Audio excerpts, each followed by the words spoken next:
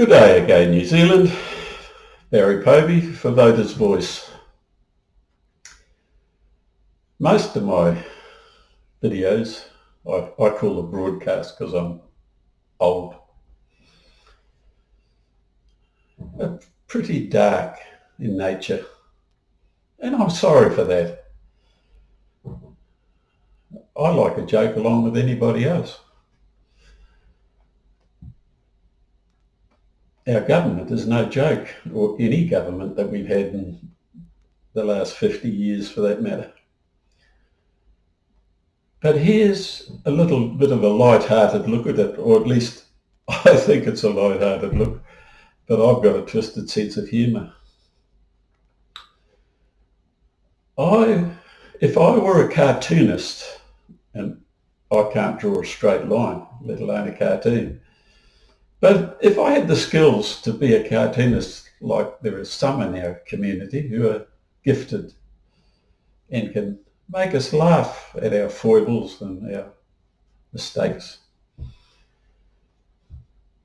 If I had that skill, here's what I would draw. You might not find it funny, but I do. So here goes. The bulk of the population swims in a sea of debt. We're submerged, trying to make ends meet. That's becoming more and more difficult. The world has been encouraged to live off credit, they call it. But it's debt is the real term for it. So we swim in a sea of debt. Houses worth $1 million. The first house I bought in Auckland was worth $10,500, a brand new 3-bedroom Neil housing house. And I had assistance from the state advances to buy it. That's in my lifetime. I bought that house in 1969. $10,500. Anyway, to get back to my cartoon, I've got off the subject.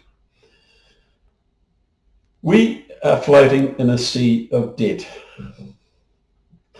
Floating on the surface of that sea are the banksters, the corporations, the MPs, the movers and the shakers, the elitists, and in the biggest lifeboat of all the globalists, a lifeboat that is about to be punctured, or has just been punctured in my opinion. Anyway, here we are, if you could visualise the sea with all of us swimming valiantly submerged in the sea of debt with all these other people floating around over the top of us. Every now and again, in New Zealand, it's every 3 years, the MPs reach over the side of their boat, grab us by the scruff of the necks, pull us up to the surface, shake us off,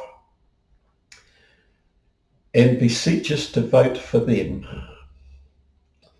If you only vote for me, all your problems will disappear. I'm the one here that can fix it all. Please ignore the last 3 years when I fixed nothing. And I ask you to forget the promises I made you 3 years ago. No, it's the new promises you must listen to and vote for me. In New Zealand, 120 of us to be voted in, where 100 will be quietly shelved and asked to raise their hands to vote yea or nay as the instructions from on high come down.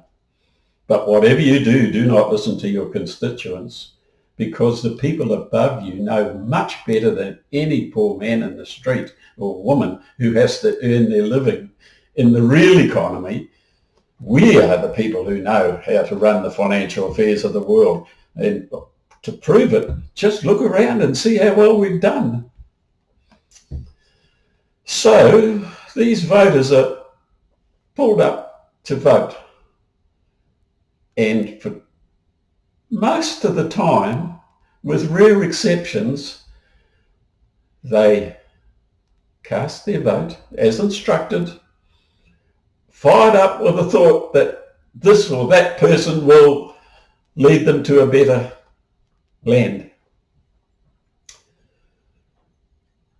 Keeping on forgetting that it didn't really work up till now too often, and in fact, every time something really big had to be changed in the world, it's them, not the MPs, not the politicians, not the elitists, globalists, banksters, not them that actually had to get off their butts and actually fix the problems that they, in their greed and ignorance, created. However, having voted, the MPs let go your shirt collar and allow you to submerge back to where, in their opinion, you belong. Never to be heard of for the next 3 years.